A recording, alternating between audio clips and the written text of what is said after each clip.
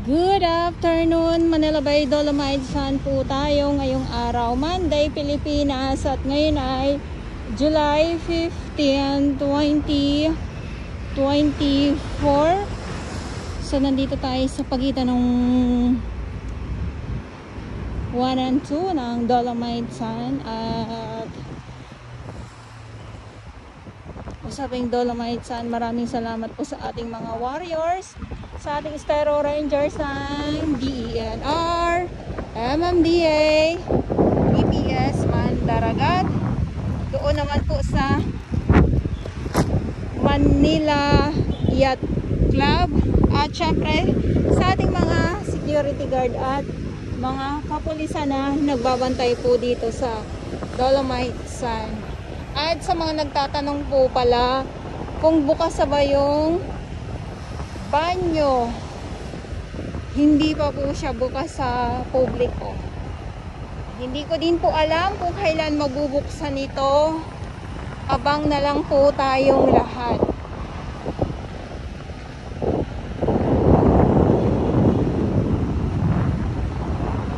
Okay nga pa lang sa inyo ha. Ikot tayo. Ayan, ikot tayo. Ayan, talaga naman yung ating view for today.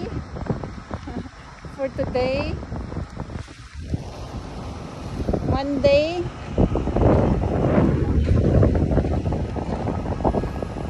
Yung ating mga namamasyal. Malinis yung ating dalampasigan.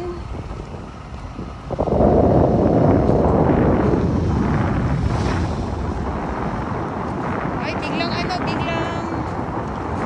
lumakas yung hangin. Kanina ay hindi.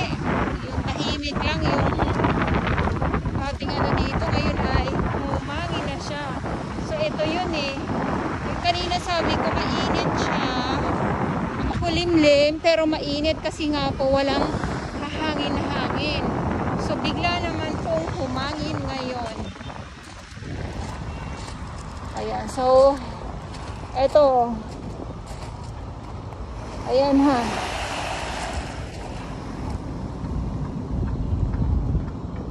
Hanggang doon po yan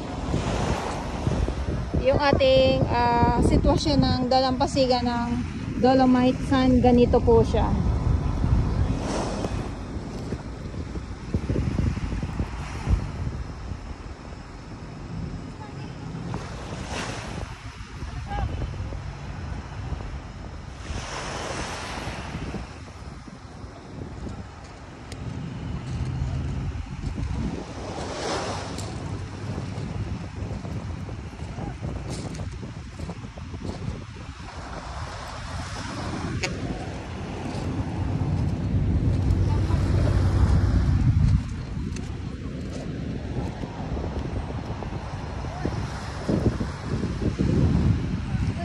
Dito ulan naman, tamang tambay lang or kung hindi naman lakad-lakad lang tapos picture lang. So yun lang, katulad nito nila diba?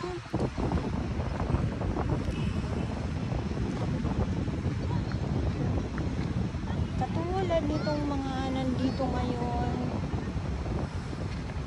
sapat na or tama na sa kanila yung uupo lang or magpipicture lang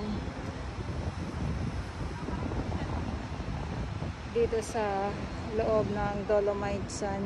Yung iba naman sabi ko nga ay lakad lang sila hanggang simula dito sa 1 hanggang papunta sa 2.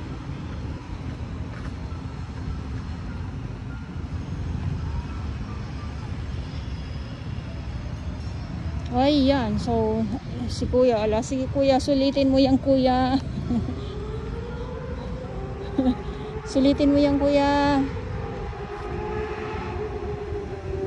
At syempre, may mga ibon na naman tayo muling nakikita dito. Ayan, nandyan sila. So, alam na yan. Pag ganyan na may mga ibon po, mga isda na naman. Katulad nitong mag-asawa na tong kasamang foreigner. O diba, lakad-lakad lang. So yun na nga, babalik tayo dyan dahil ay madami na naman pong mga ibon. Ibig sabihin ay marami na naman pong mga isda ang dadapo dito sa dalampasigan ng Dolomite Beach po.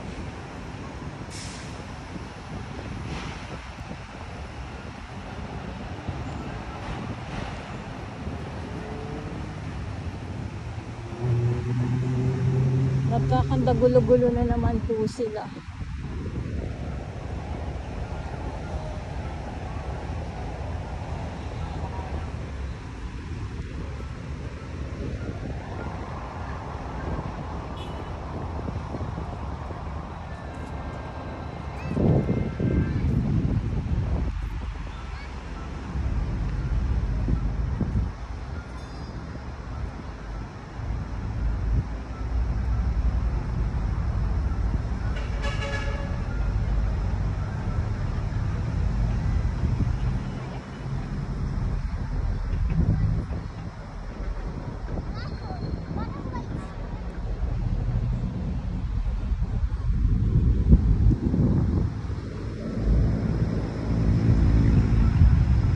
So yung ating mga security guard naman po, talaga naman pag mayroon nakikita nagtatampisaw, ayan ay nagme-megaphone kagad ang ating security guard kasi bawal po.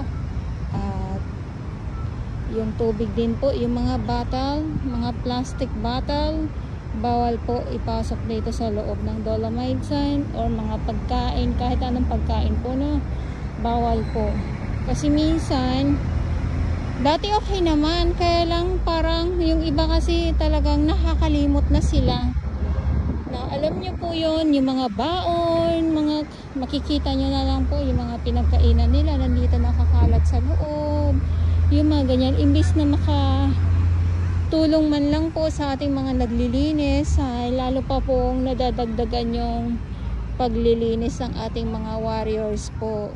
Diba? Kasi linis sila dito sa dalampasigan, pagdating dito sa taas ganun pa din, kasi nga yung kalat na din po ng ating ibang mga kababayan na mga nagpapasaway. Ayan, so hindi ko po nila lahat kundi yung ating mga iilan na mga pasaway po. Kaya kahit nga po mga plastic bottle or yung mga mineral water na nasa ay bawal po kayo, or kung hindi naman magdala po kayo, kailangan nasa lalagyan po ninyo mismo talaga. Tumbler po ang kailangan ninyo. Ayun lang. So, ulitin ko po, no? Ito yung update natin, lalong-lalo na sa mga baguhan. Good afternoon po sa inyong lahat.